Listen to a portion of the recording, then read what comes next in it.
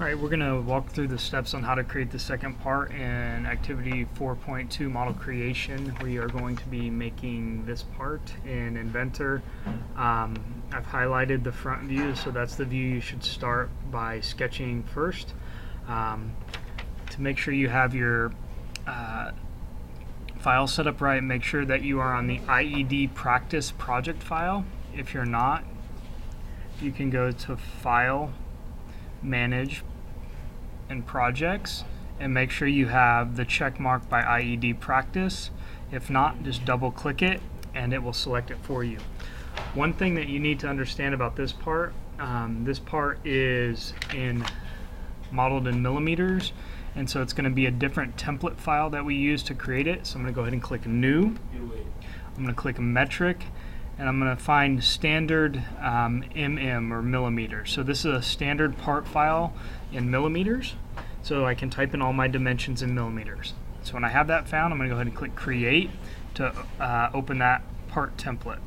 Alright, once you have your part template open, you can go ahead and start creating your first sketch. So I'll hit Start a new 2D sketch. I'm going to pick the YZ plane to sketch in, and I'm going to start at my origin here with my sketch. Now my drawing, this blue cross here is going to be the origin point that I start at. And so I'm going to get the line tool, I'm going to start at that origin, and I'm going to go up in the height dimension 40 millimeters and hit enter. I'm going to go over in the width dimension to create that first channel, and that is 10 millimeters. I'm going to go down in the height dimension 15 millimeters. The next thing that we need to do is go over in the width dimension. So if we look at our print again, we have the overall width of 60 millimeters. We have the width of this slotted piece at 10 millimeters, and the other slotted side is 25. So if we take 60 minus 25 plus 10, or 60 minus 35, that will give us the width of that slot. So it is 25 millimeters. So I'll go ahead and type that in. I'll go back up until I get this line that comes across that lines up, so I know that's the height of that piece, using the scroll on my mouse to zoom in and out. The next width we'll type in is 25 millimeters, and then we go directly back down to the base, and so I'll wait until I get that line to snap in. If I go and hover over the other endpoint and get the green dot, it will snap into the correct dimension, and then I can connect my line back. So we have our part here. I'll go ahead and finish that sketch.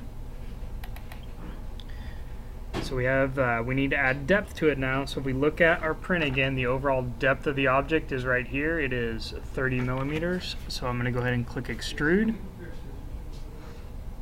going to select the profile,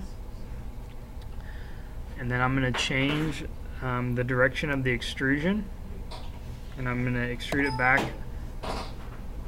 30 millimeters. So I'll type in 30 and hit enter.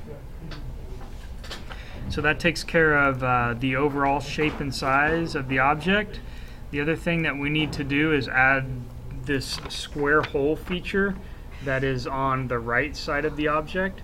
And so to do that, I'm going to go ahead and create a new sketch on that surface.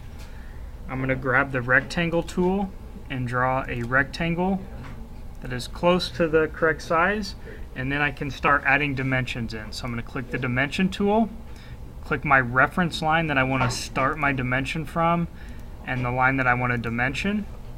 And so if I look at my print, it should be 3 millimeters away from that edge. Now I can click this line segment and apply a dimension to it. It should be 15 millimeters.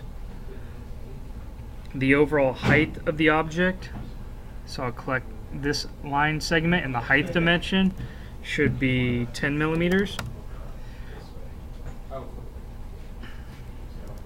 And the last dimension that we need to be able to create our object is from this reference edge, that line, to the bottom of the rectangle we're drawing should be 5 millimeters. So I'll type that in.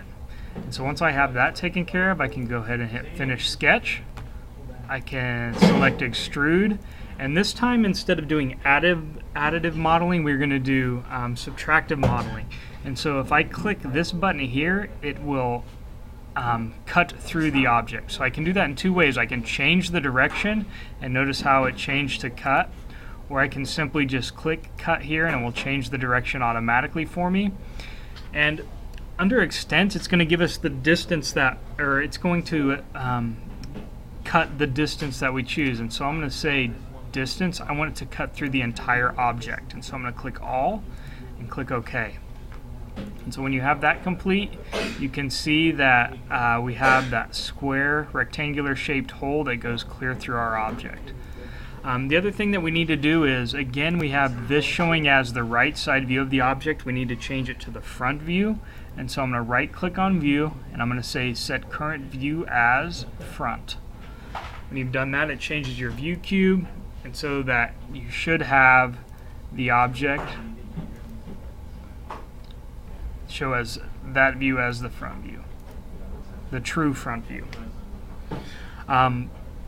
Make sure you save your part, and that's how you create the second part of 4.2 model creation.